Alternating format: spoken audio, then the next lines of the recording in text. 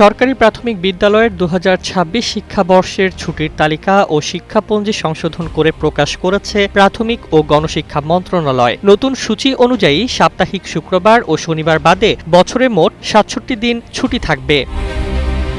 সবচেয়ে দীর্ঘ ছুটি রাখা হয়েছে পবিত্র রমজান, ঈদ উল ফিতর ও স্বাধীনতা দিবস উপলক্ষে। ১৯ ফেব্রুয়ারি থেকে ২৬ মার্চ পর্যন্ত টানা ২৬ দিন শিক্ষার্থীরা ছুটি উপভোগ করবে।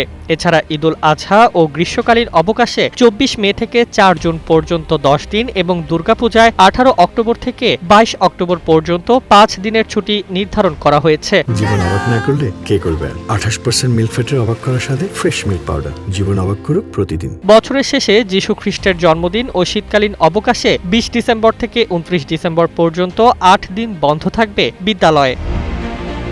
শিক্ষাপঞ্জি অনুযায়ী শিক্ষাবর্ষ শুরু হবে ১ জানুয়ারি এবং শেষ হবে ৩১ ডিসেম্বর। প্রথম, দ্বিতীয় ও তৃতীয় প্রান্তিক মূল্যায়ন যথাক্রমে মে, আগস্ট ও ডিসেম্বর মাসে অনুষ্ঠিত হবে। প্রাথমিক বৃত্তি পরীক্ষা ২০ থেকে ২৩ ডিসেম্বরের মধ্যে শেষ করে ৩১ ডিসেম্বর ফল প্রকাশ করা হবে।